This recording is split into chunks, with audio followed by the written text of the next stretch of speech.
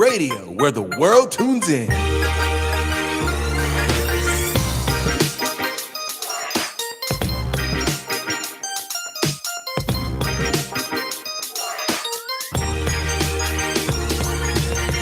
The West Coast's premier podcast network.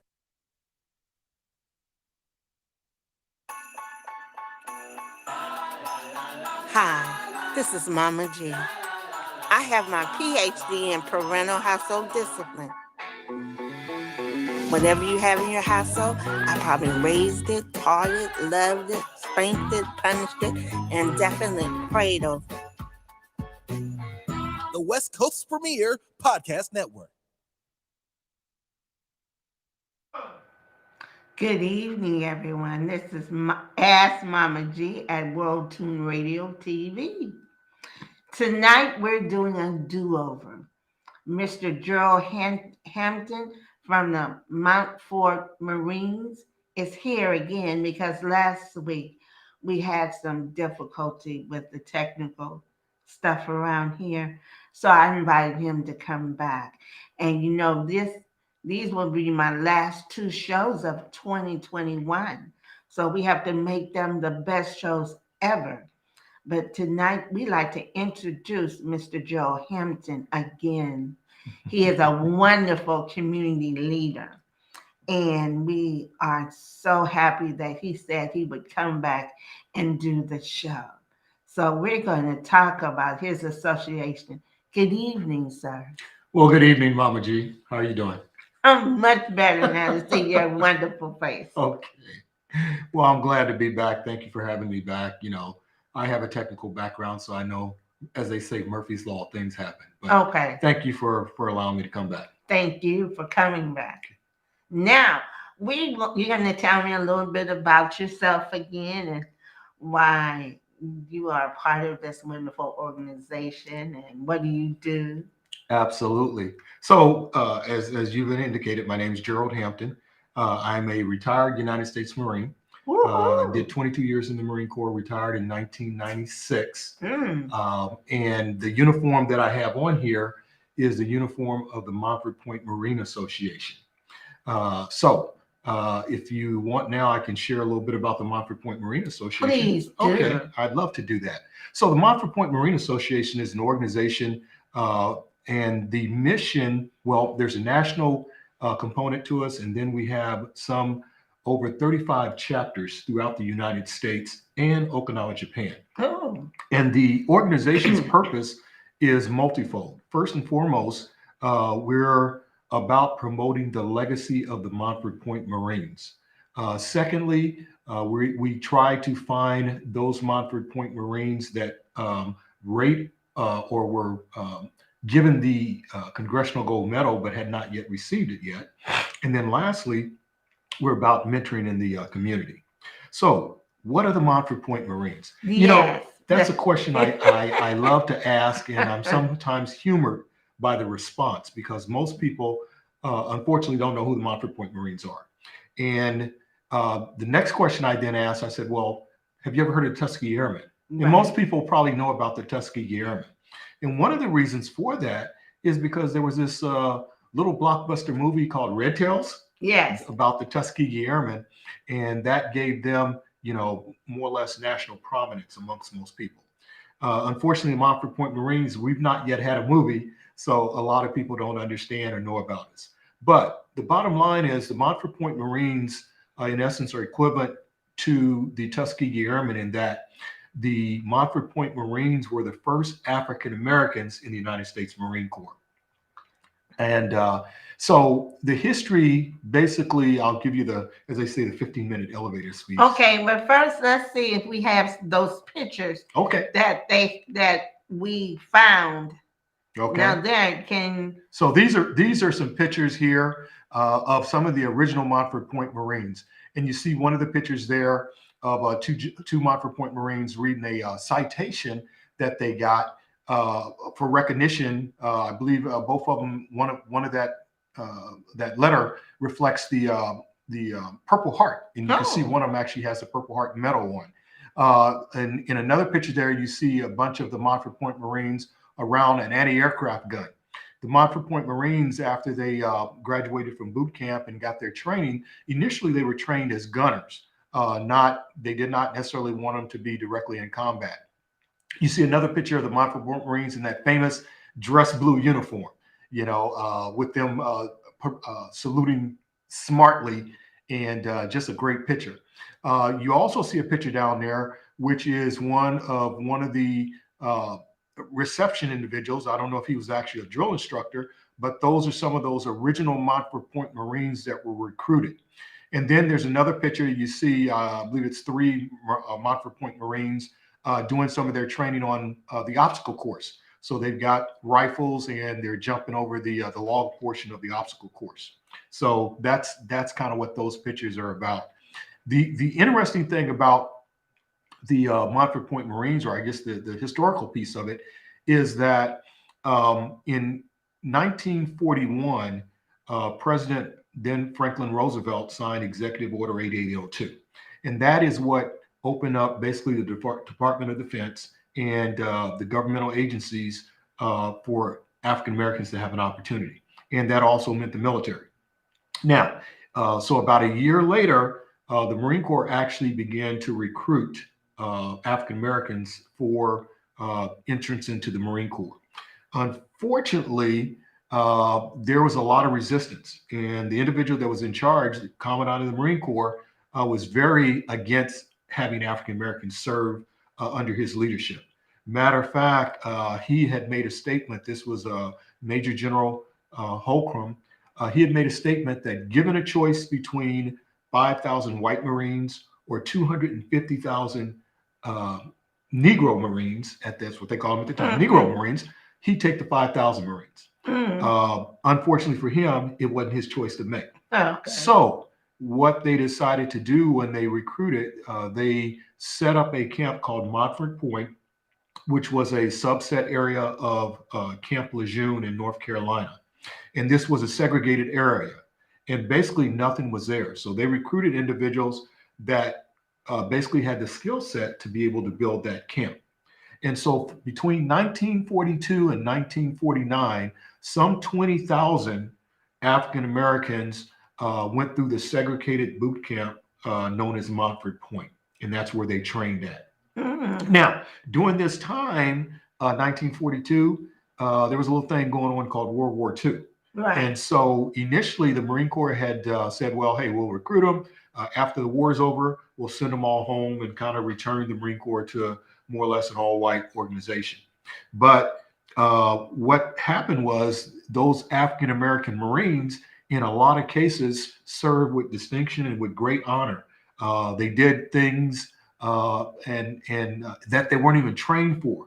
And it became a realization that, hey, they were just as good as their white counterparts or anyone else for that matter.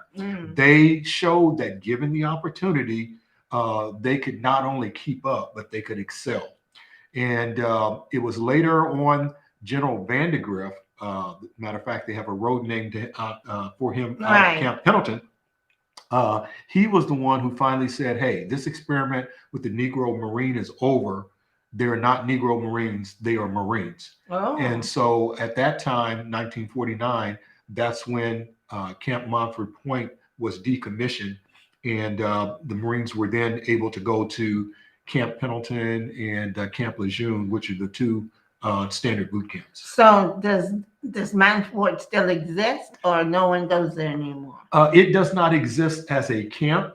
It was later named after one of the sergeant majors who also was one of the drill instructors for those Marines, Hashmark Johnson.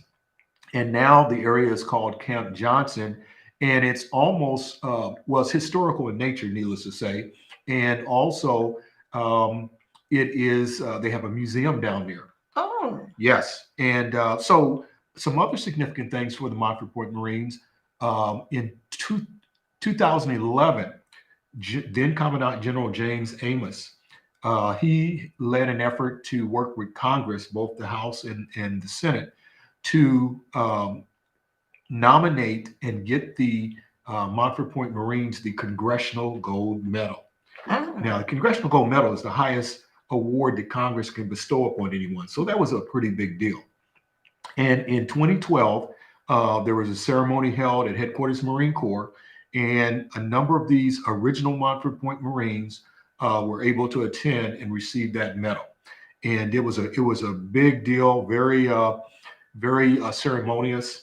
I had the chance to watch some of the video footage on YouTube, and I got to tell you, it literally brought me to tears just to see that. Now, we had some Marines from there live here in Oceanside and start businesses. Absolutely. Can you give those names for me, please? Yes. So we've had a number of Montford Point Marines, original Montford Point Marines at that resided here in Oceanside at one time or another.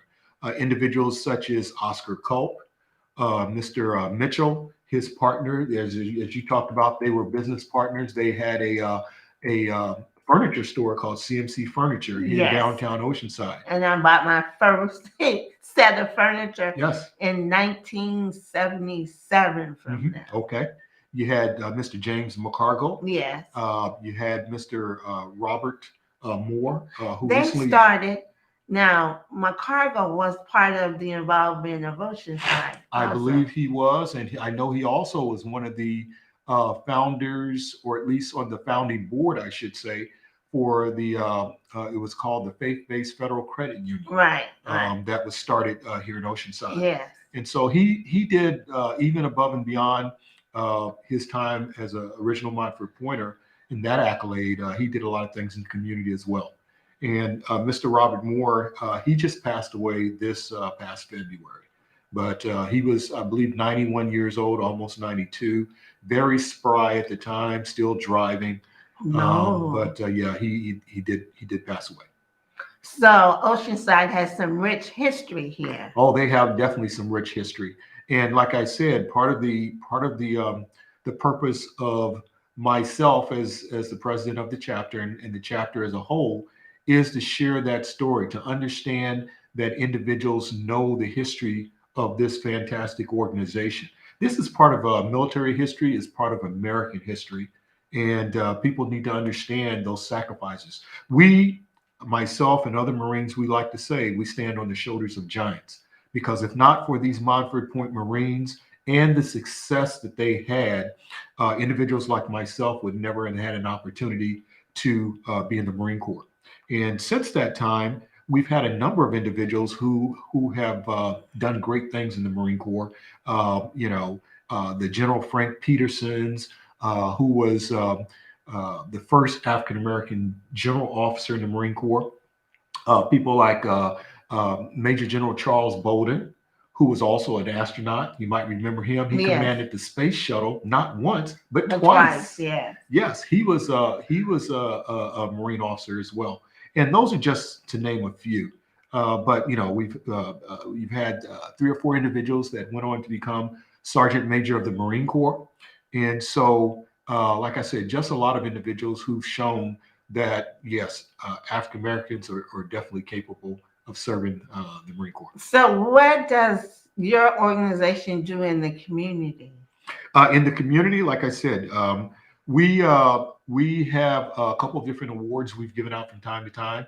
Oceanside High School and El Camino High School, we've had this little thing called COVID going on that's kind of disrupted things, but they typically have, particularly during the time when the seniors are about to graduate, right, they have what they call a military night. And for that particular event, as well as when they do their general awards night, they have a variety of individuals that hand out and bestow awards on various graduates that have done great things in the community or just done great things in general, and therefore various organizations will give them awards. We do the same. We participate in that as well. In addition, we share the Montford Point Marine story with our fellow active duty Marines. So we've when Mr. Moore, prior to him passing, he was in big demand as the original Montford Point Marine. We would take him out, and he was almost like a living rock star. And then also, one of the things that we're aspiring to do even more is hopefully to get into the schools and be able to share this story, at at the elementary or perhaps even high school level. Because like I said, a lot of people just don't know the story. Well, I hope and pray that you're able to go to the academy in Carlsbad. Would love to be there as well, because those young individuals being in a military-based academy, Right. Army, Navy, the Navy piece, the Marine Corps has a great relationship with the Navy. This is important information that they should be able to know and bestow as well. So, are you busy doing Black History Month in February? We always are doing something, but if that sounds like an invitation, hit me up and we'll put it on the calendar. And if I don't make it personally, I've got several chapter members who are just as competent, if not more than I am, to share the story. Oh, well, that's good. So, how many members do you have in your association? In our organization, we're one of the newest chapters in the Southern California area. So Southern California, we basically have currently 3 chapters. We have a chapter up in Los Angeles, chapter 8. We have a chapter in San Diego proper, chapter 12. And then the Oceanside chapter, we're chapter 44. Oh. We've been in existence now for a little over 3 years. Mm-hmm. And right now, let's see, on the rolls, I've got 20 members. Okay. And yes, 20 members. And we're always looking for, individuals that would love to become a Montford Point or part of the Montford Point Marine Association, I should say. And really, even though the relationship is with the Marine Corps, really our criteria is any individual that is honorably served in the military, so it can be Army, Navy, Air Force, and of course the Marines, Coast Guard too, can join our organization. So it's a very simplistic application process. Once they're in, and they get this uniform like I have, so that we all are looking sharp and debonair, and then it's just a great way to go out and represent. So we have 20 active members.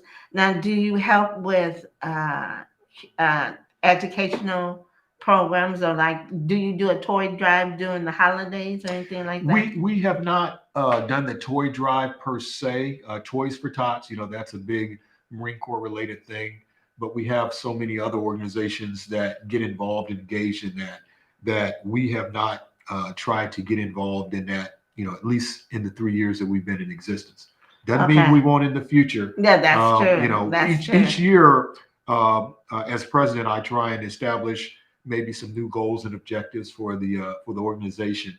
So one of the biggies right now is just trying to come out of COVID and be able to meet in person again. We've been meeting via Zoom for the last 6-7 months, and so we're excited about the opportunity to be able to get back together in person. And there have been a few events, either from our sister chapters that we've been able to participate in, and so we've been able to see some folks. But that's one of the things that we're looking at. But we're looking the national organization. Like I said, I kind of joked about the movie initially, but they are actually working on trying to get a blockbuster movie made about the Montford Point Marines.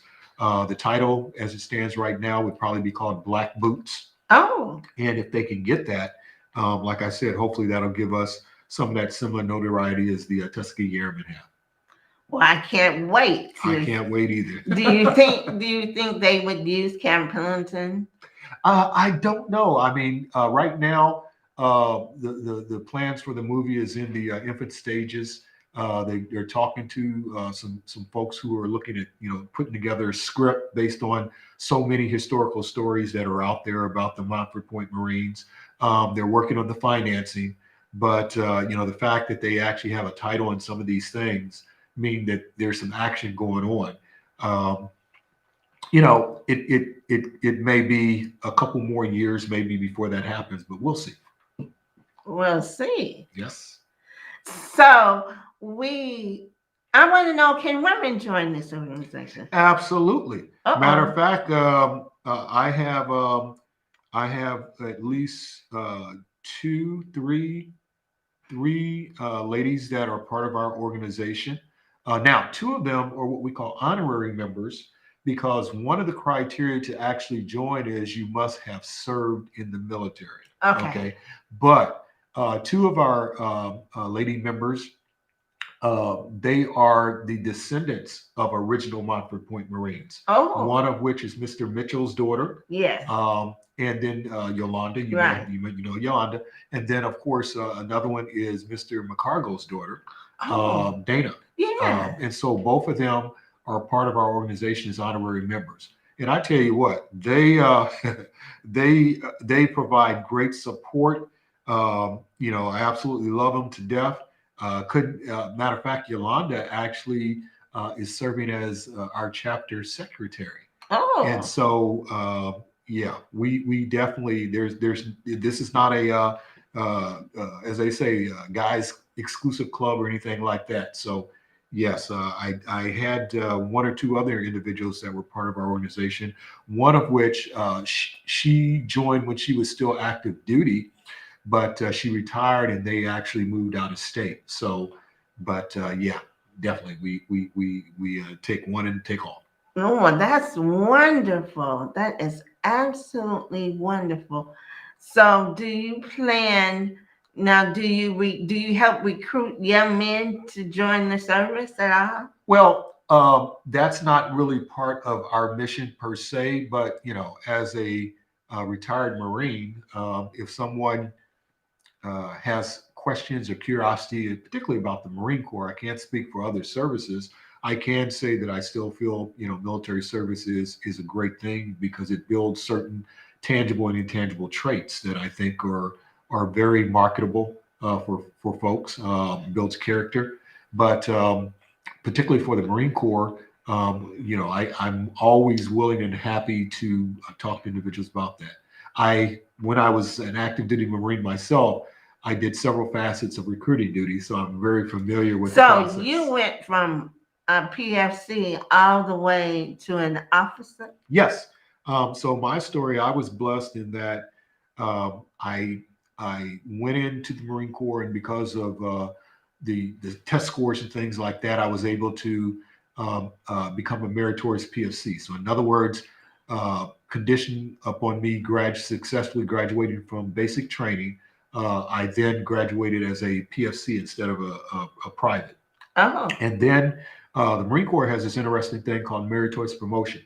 And what that simply means is they have a internal ability to where if they believe that a individual has demonstrated that they're ready for promotion to the next rank, in other words, they're showing those leadership skills, whatever the criteria might be, they can go before a competition board, compete with other individuals who, you know, other folks feel have those similar skills, and normally one individual get selected.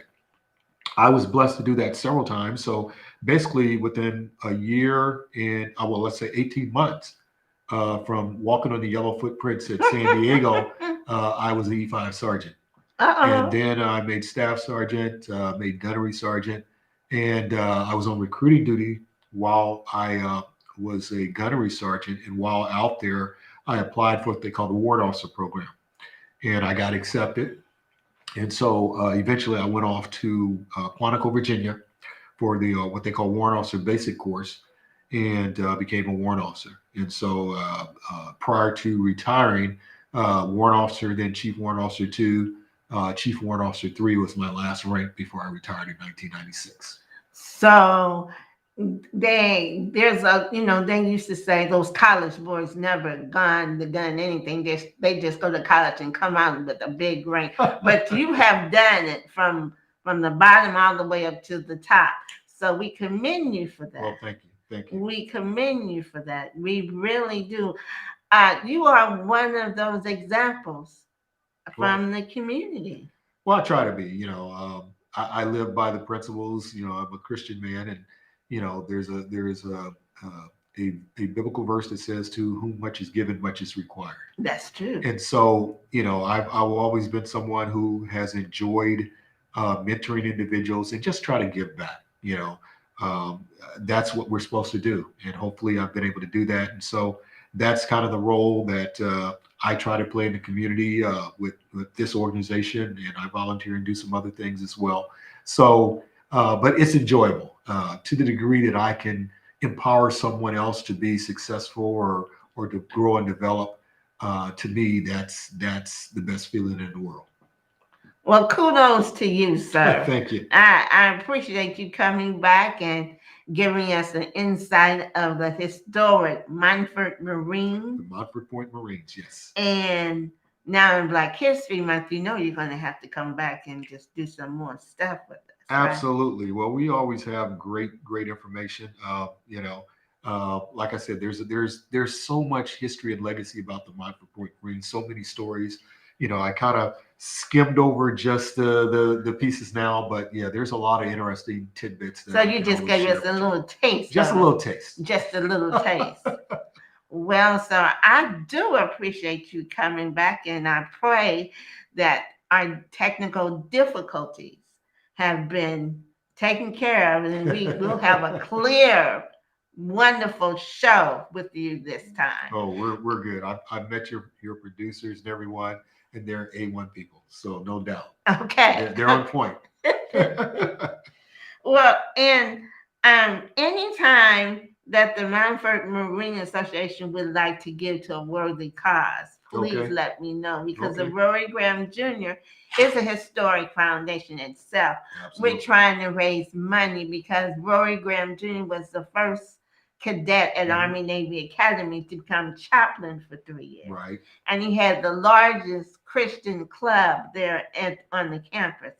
Unfortunately, he took a trip and he went to heaven. Mm-hmm. And so now we're trying to establish a scholarship in his name. Mm-hmm. So other cadets can be inspired, because, some cadets, once they play their season of the sport, they leave. Mm-hmm. They don't stay because the rigorous studies, and then they don't have any inspiration around on the wall to let them know that somebody was successful. Wow. So if the association would like to contact me and or the organization and ask what they can do for the Rory Graham Jr. Foundation, please let me know. All righty, we'll do that. And I just have to say, that I had the pleasure of meeting and interacting with Rory prior to his departure and God calling him home. And I got to tell you, he was an outstanding young man. I recall the first time I met him, and I'm not someone who can be easily impressed, but, because I have a high bar and a high standard and a high accountability level.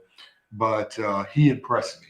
Oh, wow. And he was very, it showed that he had some good home training. So kudos to you, Mama G, for raising him. But he took the lessons that you and your family taught him, and I'm sure also what he learned at the Army Navy Academy, and he was just a well-rounded individual doing God's work. And yes, so, he was. That's what more can we do?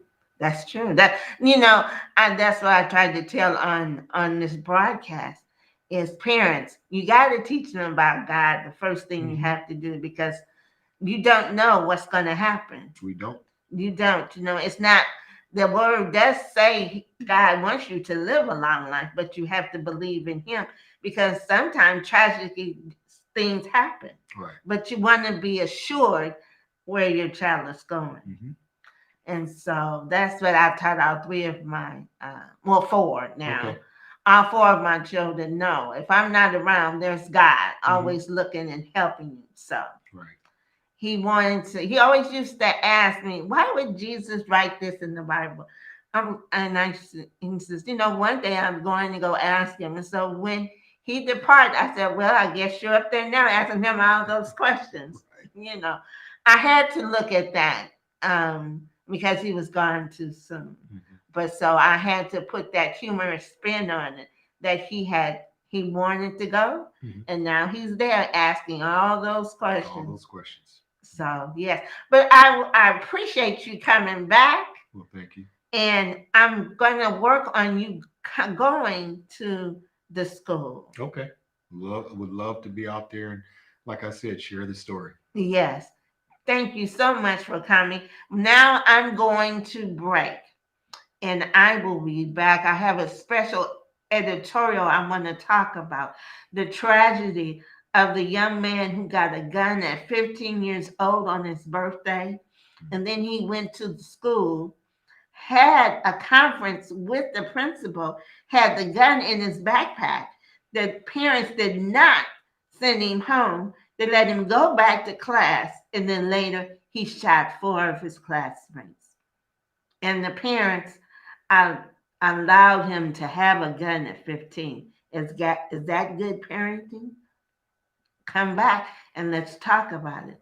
So I want to give thanks to Mr. Gerald Hampton again for coming. Please keep this association in mind of having them come to your church, to your school, and listen to the rich history of the association. But right now, we'll be back. We're going to break. World Tune Radio, where the world tunes in.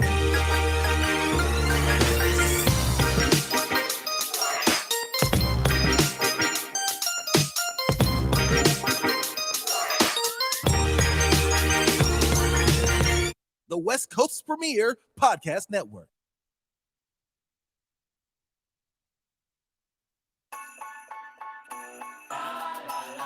Hi, this is Mama G. I have my PhD in parental household discipline. Whatever you have in your household, I probably raised it, taught it, loved it, spanked it, punished it, and definitely prayed over it. The West Coast's premier podcast network.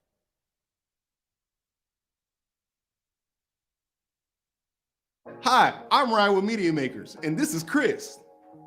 And what we do here is make media, not that TikTok stuff, dope stuff like this. And this. We've done everything from flyers to music videos, songs to films, commercials to tap dances. We make media basically everywhere. And what we want to do is teach you how to make media. Not just teach you how to make media, but teach you to make dope media. We offer all types of programs, and the goal is accessibility. Accessibility. We don't want your creativity to be hindered, so we invest in state-of-the-art technology to make sure that your dream gets out of your head and onto the camera. I've been teaching media for over 10 years, and I've seen the stuff that y'all make. I'm not impressed. You need my help. I've had lots of talented students come in and out of this studio, and now I want you to be our next great media maker. We're gonna flip off to something. We've got on-campus programs, after-school programs, internships, summer camps, space rentals, equipment rentals. What more do you need to make some dope stuff? Let me know, and we might get it for you. As a functioning production studio, we got clients coming in and out, and you will be a part of that production process. We put you in the driver's seat. At Media Makers, you make the media. It's all student curated, baby. For more information, go to www.mediamakers.org. Follow us on Instagram at MediaMakers.org.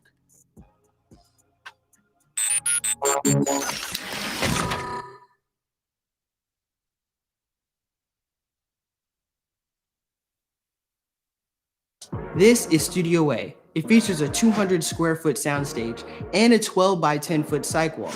10 programmable RGB LED lights allow you to fully customize your backdrop and create the perfect look for your production.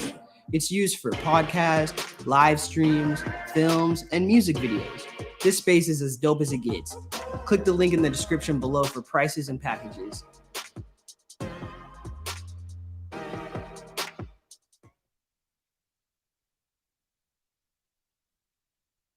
Studio B is a sound-treated, open-air vocal booth, utilized for music and audio production. Boasting a custom-built equipment specifically designed for the space, our in-house engineers can isolate the drop of a pin. Our patrons enjoy private sessions and amenities such as snacks, beverages, TV, and free Wi-Fi. Come vibe with us and make some beautiful music. Click the link in the description below for prices and packages.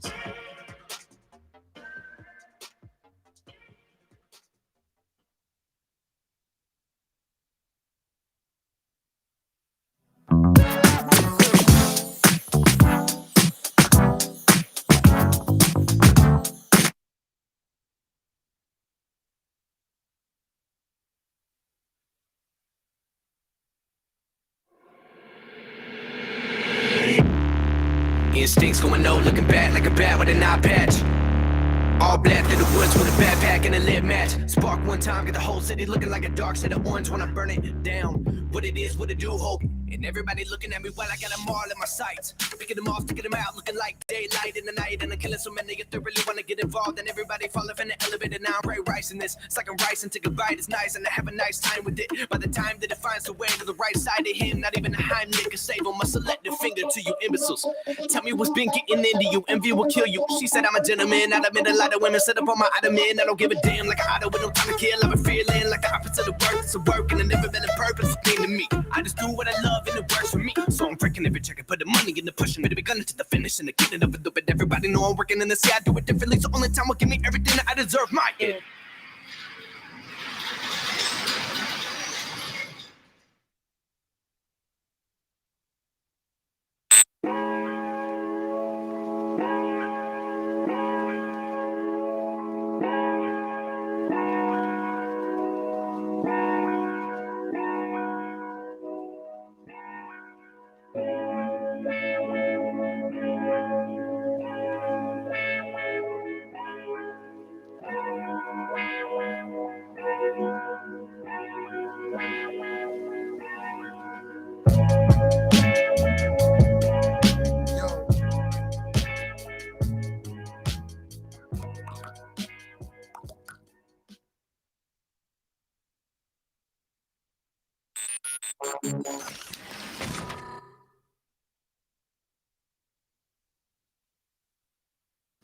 Hi, I'm Ryan.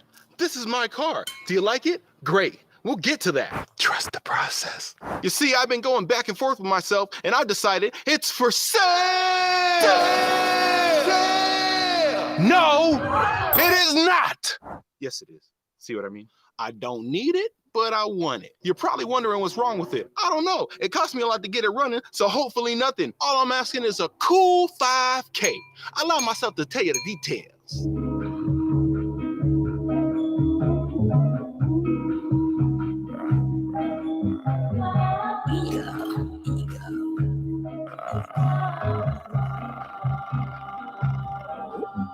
I just want to live forever.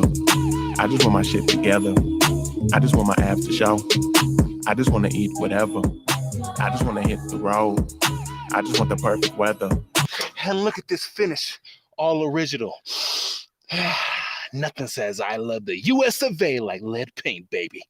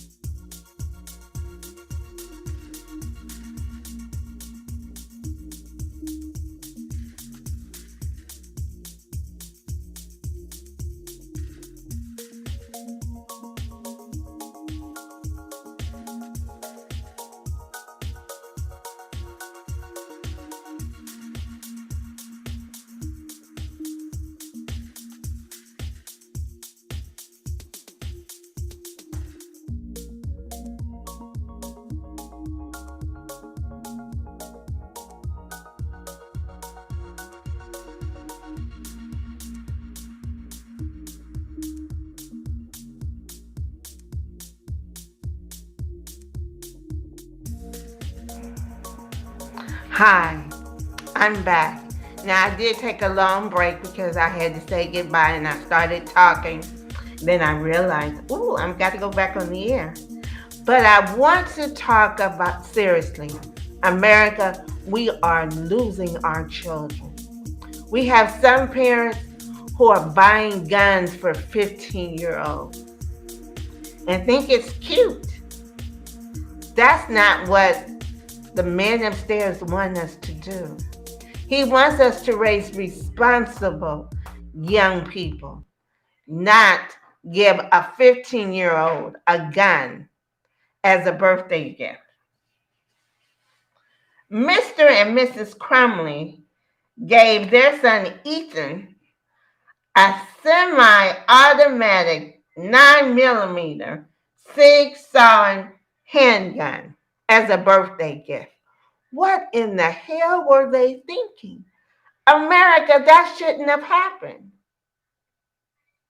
The day after Thanksgiving, he and his father went to the store and picked it out.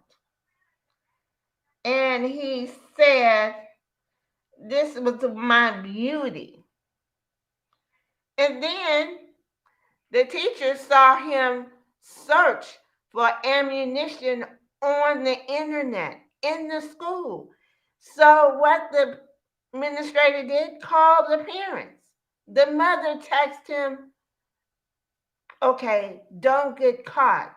Laugh out loud. Then they went to the school. They had a conference. They didn't take the boy home.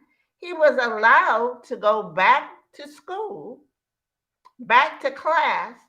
And what happened? He shot 4 of his classmates. We were shocked. But let me read you some scriptures from those basic instructions before leaving earth.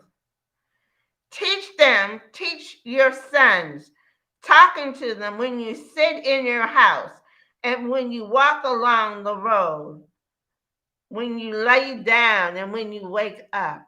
You're supposed to teach them about God's word, how to love everyone, not take a gun and have an attitude and want to shoot somebody.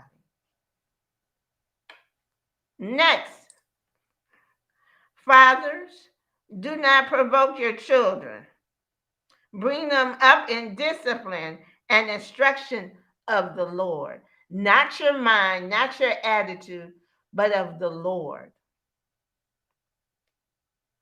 All your sons will be taught of the Lord, and the well-being of your sons will be great. So if you teach them the way God wants them to live, they will be great. But if you're going to give your child a gun at 15 while their mind is still maturing, they're still trying to figure out who they are, what they want to be.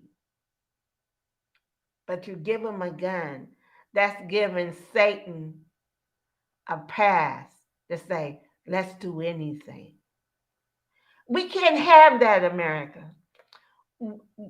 The children are our future, and we cannot have them having guns at 15. Because when they get angry, they close the door. They lock themselves in a room and start shooting because they have an attitude. And then the parents, they get on the run. Now, I read that they were hiding for their security because their child has just been in trouble and was shooting at a school. And some parents could have gotten outraged looking for them. But what kind of mother will text their child and say, don't get caught, laugh out loud? The district attorney, Miss McDonald was upset, and she's a mother. She could not imagine that this woman would allow a 15-year-old child to search for ammunition and say, don't get caught. So 3 lives are ruined, 4 people are dead because some parents have allowed their child to have a gun. Wake up, America. We're slowly losing our children. We can't do that. We cannot do that because that means there's another generation that does not know God, and they will go down in history as the worst generation ever. We don't want that. We want a generation that wants to be productive, want to raise children the right way, to be lawyers, doctors, senators, policemen, nurses. We need each other. We need each other to be successful. We don't want to die in vain. We don't want to leave this earth knowing that our children are not going to be successful or die tragically because another parent has allowed them to take a gun to school. That can't happen, America. Let's get it together. That's my editorial for this evening. God bless you. Now, let's get back to what we normally do, and that is saying happy birthday to my people. We're going to give some birthday shout outs to Valerie Goodman, Sterling Cares, Lynette Turner, Eric Chambers, Larry Walker, Darlene Smith, Suzanne Smack from Gourmet Foods, Karina Smith, Linda Hudson, Ashley Jackson, Anthony L. Hughes, Matt McKay, Rodney Howard, and my godsons Ashton and Isaiah Reed from Army Navy Academy. They turned 18 and they are outstanding cadets at Army Navy Academy. And they will be graduating next year. And they both play football and basketball. And I wish them the best. So, America, let's pray for our children. Let's teach them the way they should go. Not the way we want them to go, but teach them in the way that the Lord will be pleased with them going. We have to. It's important that we teach our children the way we should go, the way they should go. Because God created them. And God wants them to be successful. He created them and allowed them to be born and to dwell on this earth. So he wants them to be successful as much as possible, to lean on him. When you have a problem, go to him. If we teach them that God loves them, and if anything that they get into, they can call on his name and pray to him, and he will give them the right way to go. We won't need guns. We won't need mean attitudes. We won't be confused of who we are, why we were made this way. We will be satisfied of how God made us.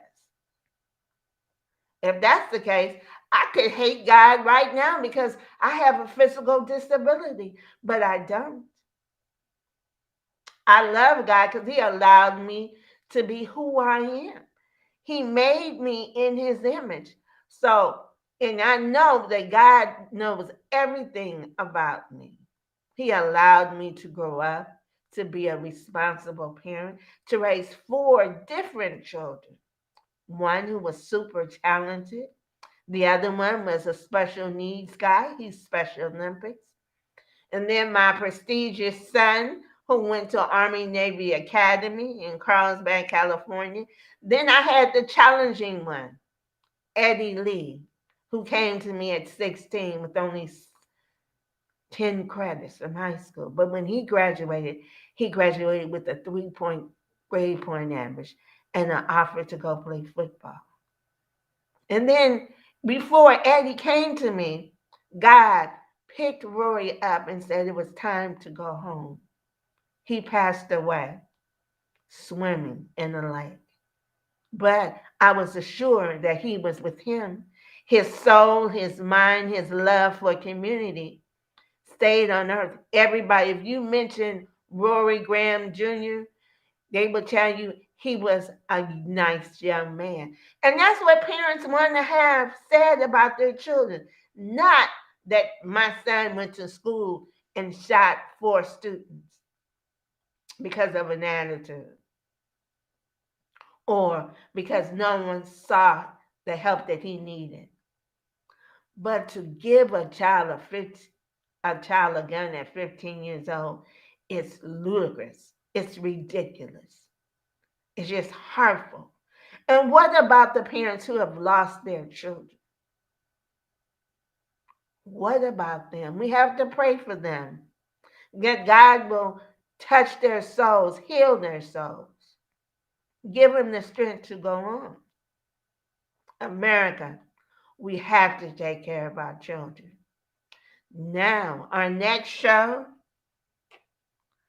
our mayor will be here, hopefully, and she will be reading our Christmas nativity. And you see, I got my friend over here, Santa. He's watching us. He's just, this is just a little reminder that Santa's coming in a couple of weeks. So those children need to be on their best behavior. God bless you. And may God keep you in his care and direct you in the right way to go. I'll see you soon. Now, if anybody would like to donate to the Rory Graham Jr. Foundation, you can.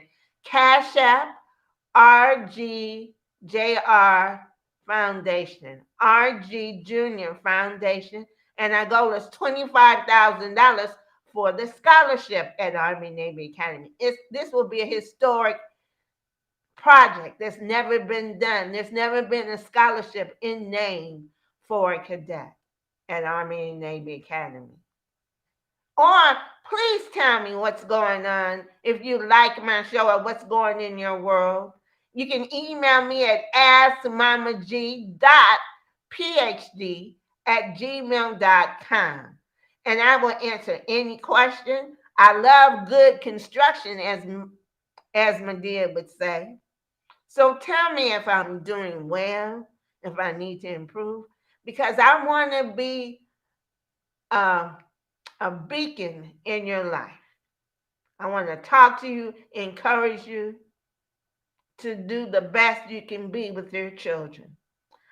And Merry Christmas. May God keep you and bless you is my prayer. Bye-bye.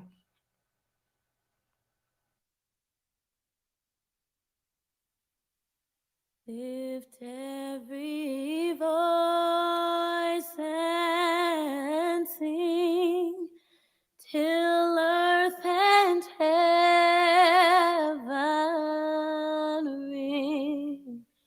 ring with the harmonies of liberty. Let our rejoicing rise high as the listening skies. Let it resound loud as the rolling sea. Sing a song full of the faith that the dark past has taught us. Sing a song full of the hope that the present has brought us. Facing the rising sun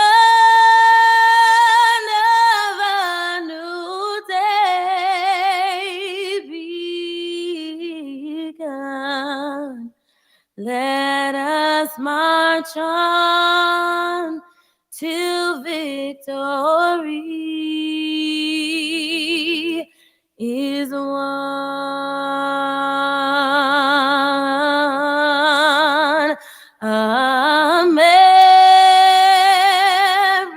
America, America, God shed his grace on thee and crown thy good will